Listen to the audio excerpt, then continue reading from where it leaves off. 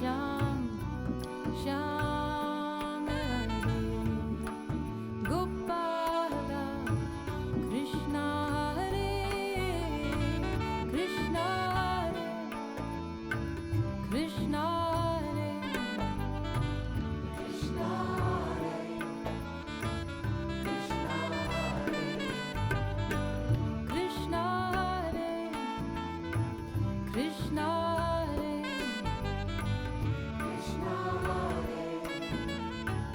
Krishna. This is Yoga 1.0. My name is Lois Nesbitt, and I am a yoga teacher and yoga teacher trainer based here in East Hampton and in New York City. And what I'd like to do with this series is offer you basically the hows and whys of yoga. I find there's a lot of confusion out in the world about what yoga is, why there are all these different styles and practices, why we do what we do, what we do. And I just want to share with you things that I wish I'd learned when I first started practicing, and also things that I now share with the teachers I train, because I really want to raise the bar of people's knowledge of what we're doing with yoga and why we're doing it. I'll be offering 3 different types of segments in the series. We'll have practice sessions here on the mat or in the chair. We'll have sessions where I'm just talking about some of the ideas behind yoga. And we'll have a 3rd type of program where I will be breaking down some of the details of yoga practice, specifically showing you some anatomy and how to practice with smarter, more intelligent practice. Welcome everybody. Today I want to give a little talk, shed some light on who's doing yoga and why they're doing it. When I first started practicing probably 30 years ago, yoga was not mainstream. It had not come to the latest fitness club near you. It was not seen as a form of physical exercise for everybody. It was shrouded in a lot of cultural mystery and baggage. My earliest exposure to the word yoga came from hearing that the Beatles had gone to India and were studying with a guru. Didn't know what a guru was. A guru is an Indian yoga teacher or a yoga teacher of any background.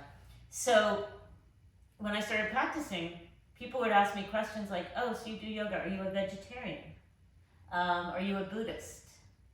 There was some confusion about whether, for instance, the Hare Krishnas, the people who wear the orange robes and approach you with flowers and have shaved heads and hang out in airports, was I going to become one of those? Was that what yoga was? So I didn't have answers to any of these questions, but I'm curious and I wanted to learn, and I enrolled in a teacher training, and immediately I discovered that I was being taught by people in orange robes. I was taught by swamis. But even before that, I was at a yoga studio where they taught us that not only should we be vegetarians, that we should be vegans, that we should not have any dairy in addition to no meat. And we even did sometimes chanting things like, I'm not my body, I'm not my mind, I'm not my body, I'm not my mind. This attempt to distance ourselves from our physical form as though there was something wrong with it. So, and then we learned some of the yoga principles, one of which was called brahmacharya, which is translated as celibacy, as having no sex. So this was a little confusing for me. Growing up, living in New York City, having a job, needing to feed myself, having relationships, having sex, all that. Like, was I a bad yogi? Was I off the path somehow? Had I gotten it wrong? And if I truly loved yoga, was I going to have to become a monk or a nun? So I want to clarify this all for you if you've even had these questions. Like I said, now that yoga is just a fitness craze, you may not have even wondered about this. But yoga is actually a spiritual path. It's a religion without a specific God. Okay, it's a spiritual technology, and it's a lifestyle. So in turning yoga into a fitness craze, a workout, we've actually severed off a large part of the point of doing yoga and the initial practices, to the point where an Indian guru coming to the US and looking at what's going on at equinox would not recognize that as yoga. So there's history here as well as some puzzlers to sort out in terms of what makes a good yogi or a bad yogi, if they're even, we can use those terms, good and bad. So, brief history, 2,500 years of yoga or more in a couple of minutes. Yoga started in India, the spiritual practices, which we can now call yoga, probably more like 4,000 years ago. We know that the early Indians practiced sacrifices, rituals, where they made offerings to the gods. That was their form of yoga. It was very outer directed. It had goals like doing a certain ritual to bring a healthy baby into the world, or to a healthy crop, an abundant crop to keep everybody through the winter. So the early yoga was actually moving things around in space to try to change the results in this material world. That went on for centuries. But then at a certain point there was an inward turn. Some of the yogis, some of the sages realized that the rituals weren't working, that they weren't having an effect on the outer world the way everybody hoped, even when they were done perfectly. And so yoga went inward, and the glib way to say it these days is you can't change the world, so change yourself. So the idea became, how can we cultivate an inner way of thinking, breathing, living, moving that does not make us so dependent on the input, the effects of the outer world. So you've probably seen photographs of these naked swamis, these Indians up in the Himalayas they can generate so much heat in their bodies that they can melt the snow around them. Okay? So there's an inner power that develops that makes us less vulnerable to the outer world. And that inner period not only started to pull away from the world, but started to see the world itself as flawed, as impure, as potentially dangerous, and as an impediment to becoming truly spiritually evolved, enlightened. So in other words, if you were out in the world getting and spending, worrying about your mortgage, raising your kids, fighting with your wife, eating frozen food out of the grocery store, you weren't going to be able to truly get yourself still enough and quiet enough to reach the higher states of consciousness that the yogis were aspiring to. So the idea became that if you could detach from this world of clutter and distraction, purify your body, your breath, your mind, and your heart, that you had a chance to become a successful yogi, an enlightened yogi. So it went from, we can't affect the world, to, the world is actually a problem. It's in your way, it's bogging you down, it's making your practice less effective. So that kind of news to those of us who live in this world, it's discouraging. It's like, well, should I even bother then? Because I'll never be a true yogi. And what happened along the way is that the yoga tradition started to prioritize the people who actually were willing to walk away from the world. If you know the 8 limbs of yoga, the practices started with physical practices like non-stealing and non-hoarding, and then they moved to the yoga poses on the mat, and then to the breath work, so we're moving more and more interior.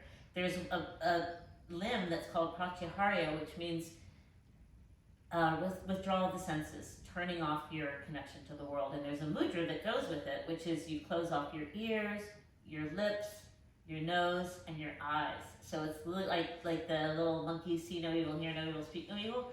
So it's physically saying, I reject the world, and that prepares you then to slip into this 3 levels of meditation.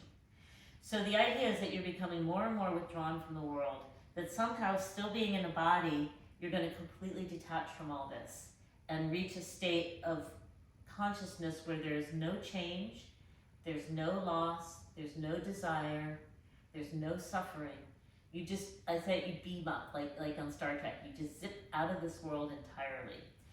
So that path requires incredible discipline, and because most of us are too subject to the effects of the world around us, the yoga tradition split into 2 types of practice. There are what we call swamis, monks or nuns, that's S-W-A-M-I-S, who took the vows of poverty and withdrew into ashrams, which are the Indian version of monasteries or convents. Maybe we would call them communes. They're usually co-ed, but there's no sex happening there. There's no money. There are no possessions.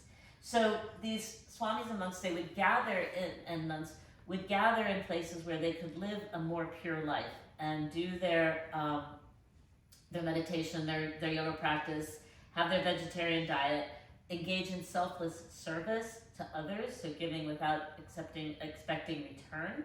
So you have the monks and swamis in the ashrams, and then you have the rest of us, which was my little name for this talk today, the rest of us, because I'm assuming most people watching this are not monks or nuns. If you are, more power to you. But householders are people like us who want to practice yoga and get as many of the benefits as we can, the physical benefits, the calming nervous system, the mental and emotional equilibrium, maybe even a little spiritual enlightenment, but we're not willing or able to give up our jobs, our homes, our kids, our families, our relationships, our connections to this material world. So we have two paths. The monks and swamis, as I said, in that middle period of yoga are considered superior to us. It's like, I don't know if you've ever walked down the street and seen a nun in her habit or a minister with his little white collar, and you suddenly try to act better because you assume that they're more pure and more ethical and more moral than you are. So that kind of feeling of, well, they've got it right, the rest of us not so much, that persists in yoga today. But the final, latest stage of yoga, the tantric path, said that, you know what, this material world is not a problem, it's not flawed, it's not dangerous. You can have a connection to the divine and still be in this body, in your living room, with your mortgage and your job to show up to on Monday. You don't have to beam out to become a good yogi, or even just to become someone who benefits from the practice. I think let's not talk about good yogis and bad yogis. Let's say, is yoga enhancing your life? Is it making you stronger, more flexible, more balanced, more resilient, more patient, more kind? Okay? If you're getting the benefits of yoga, then you are on the path that's appropriate for you. And for most of us, as I mentioned, that is the householder path. Sadly, most people doing yoga today seem only interested in the yoga on the mat, which, by the way, I love. But I remember one of my first teachers, when he was very spiritually grounded and very into his meditation, and when I would come in from doing my workout in the morning, my yoga workout, he'd go, how are the gymnastics going, Lois? How are the gymnastics? Because he did not consider all the acrobatic stuff on the mat that we've come to associate with yoga as being the real point or the real value. And in fact, when you look at the yoga scriptures, they do say that all of that stretching and bending on the mat is just preparing you to be able to sit more comfortably for longer periods of time and drop deeper into meditation, which then allows you to beam up and out from this world. So by just zeroing in on that one part of the practice, we've disassociated from the real, I don't want to call them goals, but the real intention of yoga, which is to create a more spacious mind, a more open heart, a better sense of equilibrium on every possible level, physical, energetic, emotional, mental. So we can be householder yogis who just go to Equinox once a week to take a class, or we can be householder yogis who become more mindful of what we eat. So we don't necessarily have to be vegetarians, but we can choose, eat local, eat organic, do the best we can on that front, try to avoid putting toxins and intoxicants into our bodies. We can try some of the other practices, like the breath work, so important to most yoga traditions and very much overlooked in our culture. So there's all kinds of breathing practices, and we'll do another segment on those. Then we can just look at, so we can be more clean in our habits. So the yoga tradition has some very strange, they're called kriyas, cleansing practices, that have everything to do with cleaning out the colon, to hydrating your sinuses, etc. We don't necessarily have to follow those by the book, but we can try to clean up our bodies as best we can in every possible way. So not because we're trying to become so pure that we don't belong to this life or we reject our bodies, but just enough that we feel like we're caring for the bodies we were given. And then also to bring these teachings from the heart into a place where we are more Actually, before I get onto that, I want to say one more thing about cleansings. So the more extreme traditions, when they got into the idea that the body was impure and it was damaged and it was dirty, and that we need to detach, they got into some very extreme cleansing practices. But there are also parts of yoga where they felt like even having a body was problematic, that anything you did with this body, any actions you took, built up karma. And you didn't want to build up karma because karma is like it's like chains that keep you grounded in this world. So if you drive too fast, if you use up more resources than you should, if you have an affair with your best friend's wife, whatever, you're building up actions that are keeping you bound in this world. And so some of these sects, and there's even a religion called the Jains, Jains, which is quite widespread in India, they tried to eliminate karma. So simple actions like they didn't want to leave a trace on this earth. So they wouldn't wear shoes, they'd walk barefoot. They wouldn't wear clothes, they'd go naked.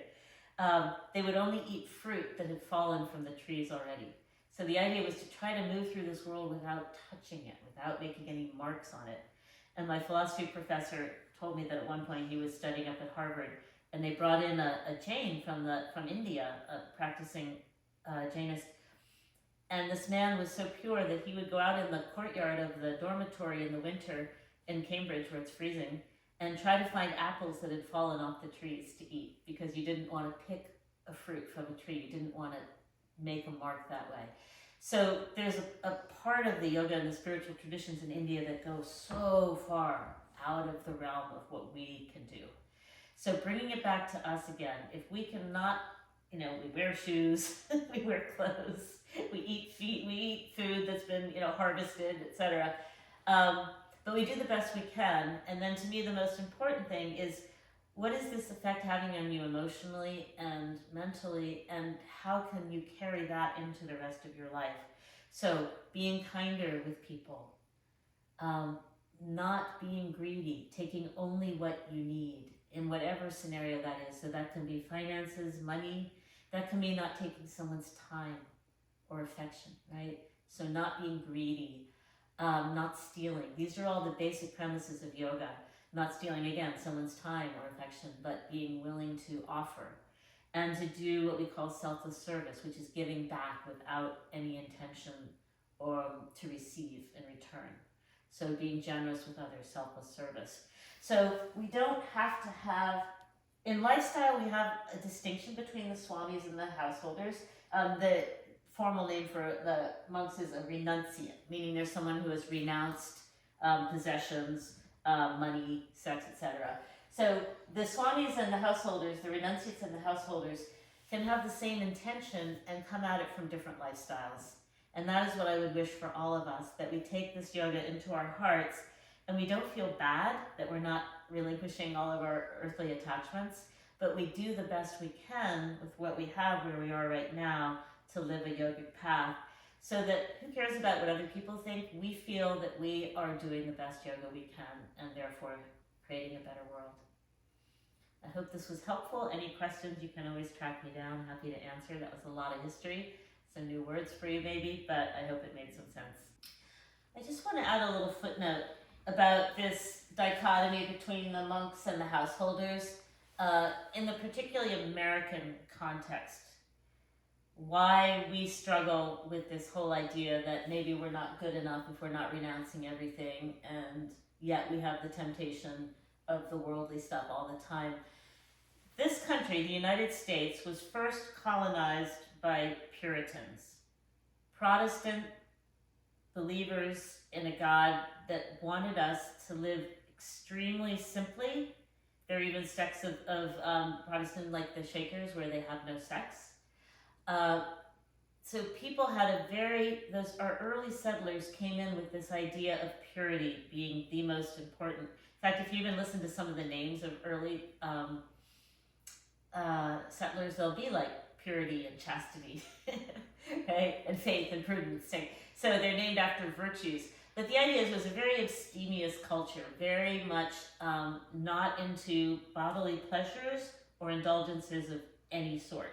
And that strain runs right through to today, where Americans often feel like, for instance, they have to become a vegan, or they need to eat the raw diet only. Or a few years ago, everybody was going on cleanses. Do you remember the cleanses where we fasted for a certain number of hours or days, right? So this idea that somehow we have to be continually purging ourselves of anything that's impure. The Catholic faith, by the way, has it built in with confession, right? You go and you try to absolve your sins. The Jewish faith has it, I believe, at Yom Kippur, where you relinquish the sins of the previous year. But anyway, there's this idea, particularly in America, that the body is bad, that indulgence is bad, that we need to become more disciplined and more austere. The flip side of that is that there's never been a culture on this planet that is more materialistic than the American, modern American culture. So we love our pleasures. We love our stuff, you know.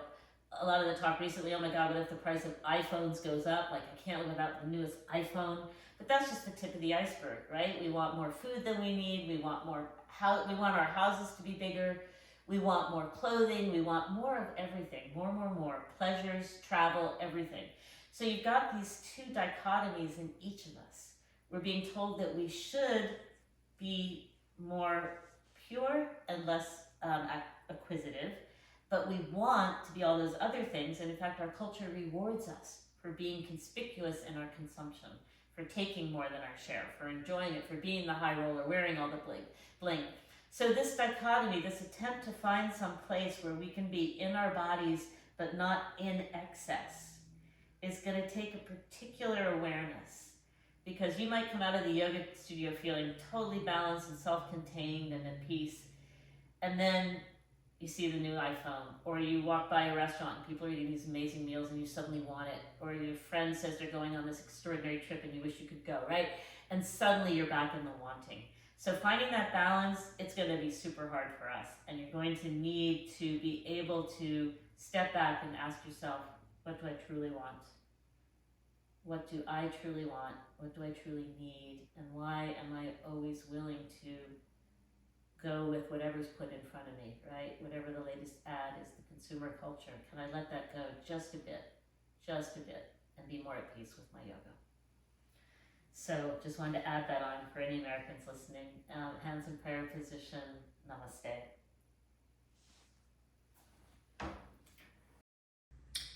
Thanks again for watching. If you'd like more information about me and my programs, you can visit loisnesbityoga.com.